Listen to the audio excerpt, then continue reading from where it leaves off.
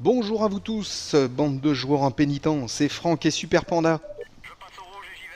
Qui passe au rouge et qui y va. Donc là il se concentre et vous dira bonjour et au revoir. Oh, je vous dis bonjour maintenant. Allez, bonjour, voilà, comme ça c'est fait. Désolé, j'étais occupé. Bah oui, il était occupé à tuer quelqu'un.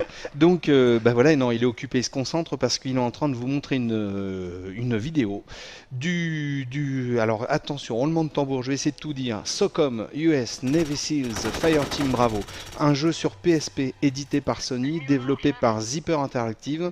C'est pour les plus de 16 ans. C'est sorti il y a très peu de temps, le 20 avril. Et je vais te poser quelques questions, je vais te laisser te concentrer, et puis tu vas nous en dire un petit peu. Bah déjà, il faut savoir que c'est un jeu d'action tactique. Voilà, comme les images peuvent le constater. Alors, on dirige une unité d'élite de l'armée américaine. Les Navy Seals. Et on a un coéquipier avec nous, oui, auquel on peut donner certains ordres. D'accord. Tout de suite, par exemple, déployer, faire volonté, se regrouper. Donc en fait tu es le patron. Voilà, je suis le patron. Tu es le patron. Vous êtes que deux au fait? On n'est que deux, parce qu'en fait le gameplay est assez différent de la version sur console de salon. Ouais. On était 4, et là on n'est que 2 sur PSP, puisqu'il a bien fallu adapter le jeu à la console. Qui ne pouvait peut-être pas gérer tant de personnages.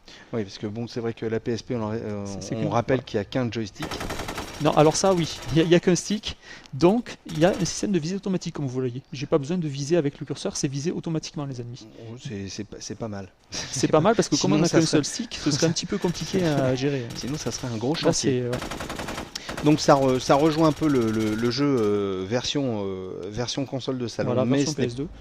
pas trop la même chose non plus. Le scénario il change. Ils ont adapté. Bon non, on lutte contre les terroristes en fait. Voilà, donc c'est classique le scénario. Les méchants sont en noir et toi tu es en camouflage. Voilà, d'accord, très bien. Alors on a 14 missions à la campagne solo, assez intéressantes puisqu'il faut parfois désamorcer des bombes comme ici. Ouais.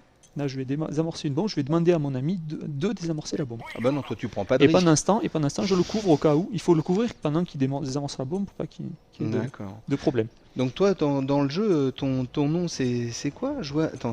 Sandman. Toi, c'est marqué en bas à droite. T'es Sandman, voilà. L'homme de sable. Oh mais tu es fort, tu es beau, tu es un Marines comme Dino. Alors là, on a 14 missions assez intéressantes en solo. Seul petit problème, c'est que l'IA est pas très convaincante. Ouais.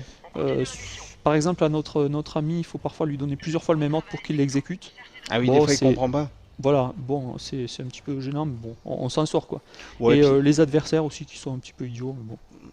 Non, en général, c'est toujours ce qu'on disait avec c'est Dino. Une PSP en même temps. Ils sont pas idiots, ils sont sourds et aveugles des fois. Oui, c'est ça. C'est ça. Un peu ça. Quelquefois, ils sont sourds et aveugles, les pauvres. Donc, bon, en tout cas, bon, oui, mais en même temps, c'est bon. On va pas dire, mais c'est vrai que c'est pour du PSP. Voilà, donc on va pas retrouver une IA non plus. Une IA très poussée, c'est normal. En général, ce genre de jeu tactique, si on veut vraiment s'éclater, c'est sûr. Quand même, il faut le dire, c'est quand même souvent sur PC. Ouais. Là, c'est une bonne alternative en même temps. C'est une bonne alternative, surtout on a un mode multijoueur très très bon. Ouais. On peut jouer à 16 joueurs. Ah, quand même. Alors il y a des modes online et un mode ad hoc. Alors on peut, il y a trois variantes à fait du deathmatch, donc classique, par équipe ou tout seul. D'accord. C'est-à-dire les terroristes contre les gentils. SEALs. Et on a aussi un mode extraction où les SEALs doivent délivrer des otages. Ouais. Et ceux qui jouent les terroristes doivent les en empêcher. Ça c'est pas mal du tout. Bah oui, c'est pas mal du tout. Comme tu dis, c'est pas mal du tout, c'est même très bien. Ouais. On a aussi un mode démolition. Ouais. Alors là, il va falloir aller placer une bombe dans le camp ennemi. Ok, un peu, ce qu'on retrouve un petit peu dans les Counter-Strike, etc. Voilà, exactement, c'est exactement ça. Ah ok, c'est pas mal, t'avais noté combien? 14. Ce qui est une bonne note. Ah oui, c'est bon, j'ai pas mis plus pour les problèmes d'IA qui gâchent un petit peu le plaisir en solo, mais bon. Ouais. En même temps, c'est un bon jeu. De toute façon, question action tactique sur PSP, il n'y a que ça quasiment. Donc... Oui, en plus, donc on n'a pas le choix, donc c'est très bien.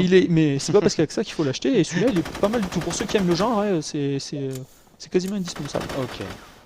Bon, bah en tout cas, on est bien content de vous avoir montré cette vidéo. Attention, je recommence, ça va être difficile, de SOCOM US Navy Seals Fireteam Bravo. Et je l'ai dit à peu près sans me tromper. Enfin, c'est édité par Sony, développé par Zipper Interactive. C'est sorti le 20 avril. C'est pour les 16 et plus. C'est sur PSP. Et on va voir notre panda mener encore quelques actions incroyables. Et on vous dit à bientôt. Ciao, salut. Ciao. Allez, feu, panda, en avant. Suce à l'ennemi.